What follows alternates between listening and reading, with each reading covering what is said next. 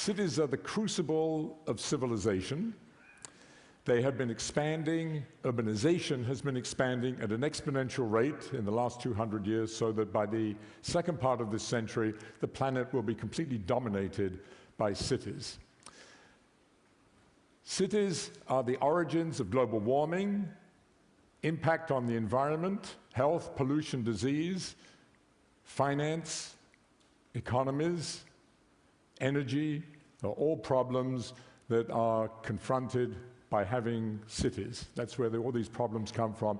And the tsunami of problems that we feel we're facing in terms of sustainability questions are actually a reflection of the exponential increase in urbanization across the planet. Here's some numbers. 200 years ago, the United States was less than a few percent urbanized. It's now more than 82%. The planet has crossed the halfway mark a few years ago. China's building 300 new cities in the next 20 years. Now listen to this. Every week for the foreseeable future, until 2050, every week more than 1 million people are being added to our cities. This is going to affect everything. Everybody in this room, if you stay alive, is going to be affected by what's happening in cities and this extraordinary phenomenon. However, cities, despite having this kind of negative aspect to them, are also the solution, because cities are the vacuum cleaners, the magnets that have sucked up creative people, creating ideas, innovation, wealth, and so on. So we have this kind of dual nature, and so there's an urgent need for a scientific theory of cities. Now, these are my comrades in arms. This work has been done with an extraordinary group of people, and they've done all the work, and I'm the great bullshitter that tries to bring it all together. So here's the problem. This is what we all want. The 10 billion people on the planet in 2050 want to live in places like this, having things like this, doing things like this, with economies that are growing like this, not realizing that entropy produces things like this, this, and this. And the question is that what Edinburgh and London and New York are going to look like in 2050, or is it going to be this? That's the question. I must say, many of the indicators look like this is what it's going to look like, but let's talk about it. So, my provocative statement is that we desperately need a serious scientific theory of cities, and scientific theory means quantifiable, relying on underlying generic principles that can be put into a predictive framework. That's the quest. Is that conceivable? Are there universal kind of laws? So here's two questions that I have in my head when I think about this problem. The first is, are cities kind of part of biology? Is London a great big whale? Is Edinburgh a horse? Is Microsoft a great big anthill? What do we learn from that? We use them metaphorically, the DNA of the company, the metabolism of a city, and so on. Is that just bullshit, metaphorical bullshit, or is there serious substance to it?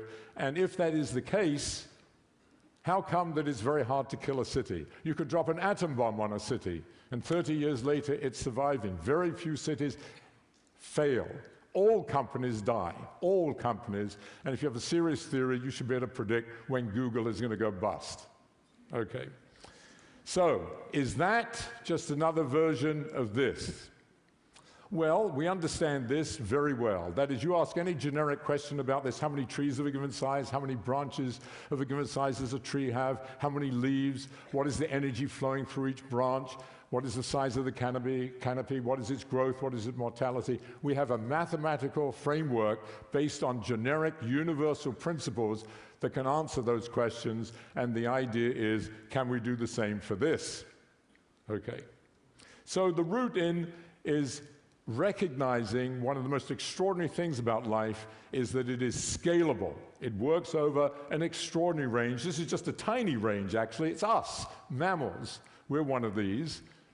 The same principles, the same dynamics, the same organization is at work in all of these, including us, and it can scale over a range of 100 million in size, and that is one of the main reasons life is so resilient and robust. Scalability.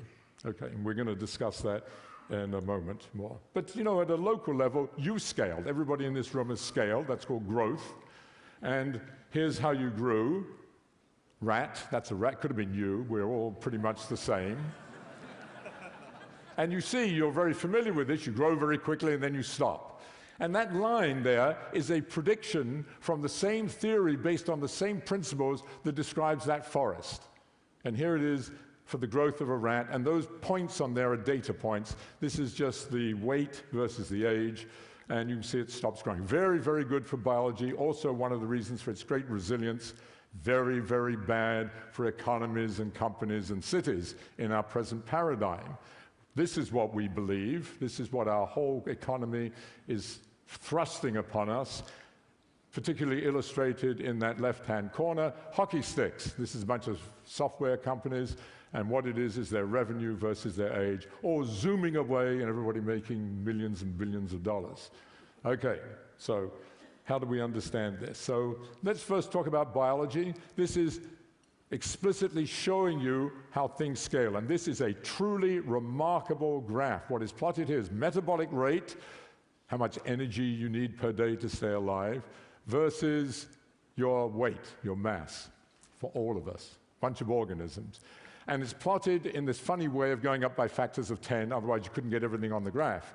And what you see if you plot it in this slightly curious way is that everybody lies on the same line. Despite the fact that this is the most complex and diverse system in the universe, there's an extraordinary simplicity being expressed by this. It's particularly astonishing because each one of these organisms, each subsystem, each cell type, each gene has evolved in its own unique environmental niche with its own unique history. And yet, despite all of that Darwinian evolution and natural selection, they've been constrained to lie on a line. Something else is going on. Before I talk about that, I've written down at the bottom there the slope of this curve, this straight line. It's 3/4, roughly, which is less than 1, and we call that sublinear. And here's the point of that. It says that if it were linear, steeper slope, then doubling the size, you would require double the amount of energy. But it's sublinear, and what that translates into is that if you double the size of the organism, you actually only need 75% more energy.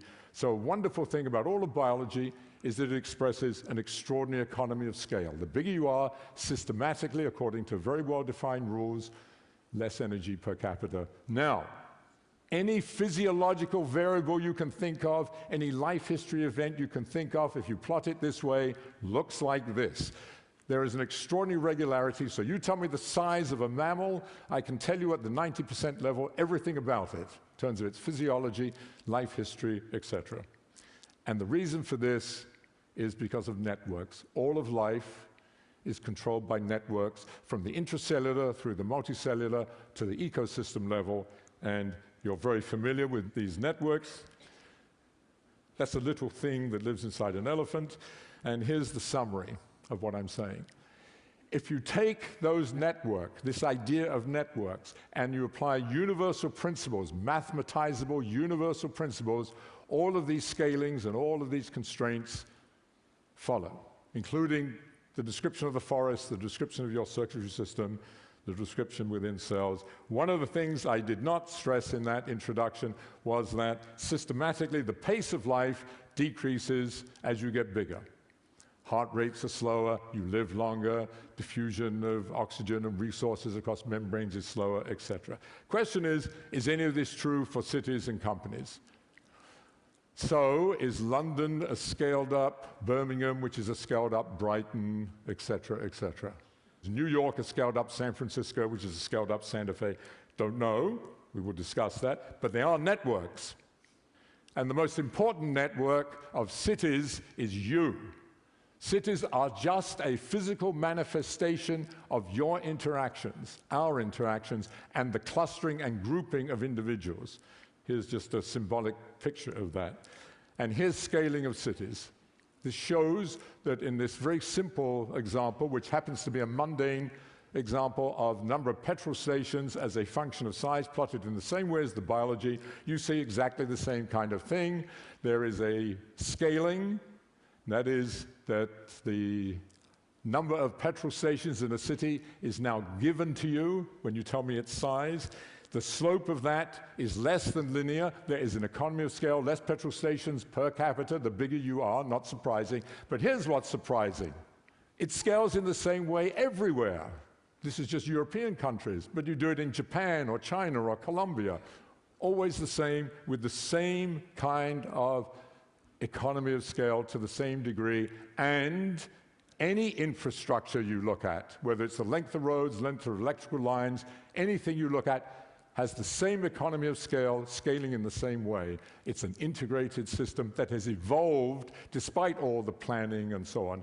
But even more surprising is if you look at socioeconomic quantities, quantities that have no analog in biology, that have more evolved when we started forming communities 8,000 to 10,000 years ago. The top one is wages as a function of size, plotted in the same way, and the bottom one is you lot, super creatives, plotted in the same way. And what you see is a scaling phenomenon, but most important in this, the exponent, the analog to that 3/4 for the metabolic rate, is bigger than 1. It's about 1.15 to 1.2. Here it is, which says that the bigger you are, the more you have per capita, unlike biology. Higher wages, more super creative people per capita as you get bigger, more patents per capita, more crime per capita, and we've looked at everything, more AIDS cases, flu, etc. And here, they're all plotted together. Just to show you, what we plotted here is income, GDP of the city, crime and patents all on one graph, and you can see they all follow the same line. And here's the statement: if you double the size of a city from 100,000 to 200,000, from 1 million to 2 million, 10 to 20 million, doesn't matter, then systematically you get a 15% increase in wages, wealth, number of AIDS cases, number of police, anything you can think of. It goes up by 15%, and you have a 15% savings on the infrastructure. This, no doubt, is the reason why 1 million people a week are gathering in cities, because they think that all those wonderful things like creative people, wealth, income is what attracts them, forgetting about the ugly and the bad. What is the reason for this? Well, I don't have the time to tell you about all the mathematics, but underlying this is the social networks, because this is a universal phenomenon. This 15% rule is true no matter where you are on the planet. Japan, Chile, Portugal, Scotland, doesn't matter. Always, all the data shows it's the same. Despite the fact that these cities have evolved independently, something universal is going on. The universality, to repeat, is us, that we are the city, and it is our interactions and the clustering of those interactions. So there it is, said it again. So if it is those networks in that mathematical structure, unlike biology, which had sublinear scaling, economies of scale, you had the slowing of the pace of life as you get bigger.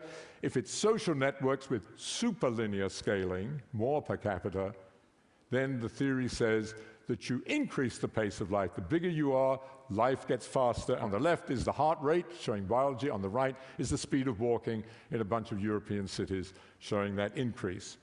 Okay. Lastly, I want to talk about growth. This is what we had in biology, just to repeat. Economies of scale gave rise to this kind of sigmoidal behavior. You grow fast and then stop. It's part of our resilience. That would be bad for economies and cities. And indeed, one of the wonderful things about the theory is that if you have superlinear scaling from wealth creation and innovation, then indeed you get, from the same theory, beautiful rising exponential curve, lovely, and in fact, if you compare it to data, it fits very well with the development of cities and economies. But it has a terrible catch. And the catch is that this system is destined to collapse. And it's destined to collapse for many reasons, kind of Malthusian reasons, that you run out of resources. And how do you avoid that? Well, we've done it before. What we do is, as we grow and we approach the collapse, a major innovation takes place, and we start over again. And we start over again as we approach the next one, and so on. So there's this continuous cycles of innovation that is necessary in order to sustain growth and avoid collapse. The catch however, to this is that you have to innovate faster and faster and faster. So the image is that we're not only on a treadmill that's going faster, but we have to change the treadmill faster and faster. We have to accelerate on a continuous basis. And the question is, can we, as socioeconomic beings, avoid a heart attack? So lastly, I'm going to finish up in this last minute or two asking about companies. So companies, they scale. The top one, in fact, is Walmart on the right. It's the same plot. This happens to be income and assets versus the size of the company as denoted by its number of employees. We could use sales or anything you like. There it is. After some little fluctuations at the beginning, when companies are innovating, they scale beautifully. And we've looked at 23,000 companies in the United States, may I say, and I'm only showing you a little bit of this. What is astonishing about companies is that they scale sublinearly like biology, indicating that they're dominated not by superlinear innovation and ideas, they become dominated by economies of scale, in that interpretation, by bureaucracy and administration, and they do it beautifully, may I say. So if you tell me the size of some company, some small company, I could have predicted the size of Walmart. If it has this sublinear scaling, the theory says we should have sigmoidal growth. There's Walmart. Doesn't look very sigmoidal. That's what we like, hockey sticks. But you notice I've cheated because I've only gone up to 94. Let's go up to 2008. That red line is from the theory. So if I'd have done this in 1994, I could have predicted what Walmart would be now. And this is repeated across the entire spectrum of companies. There they are. That's 23,000 companies. They all start looking like hockey sticks. They all bend over, and they all die like you and me. Thank you. Thank you.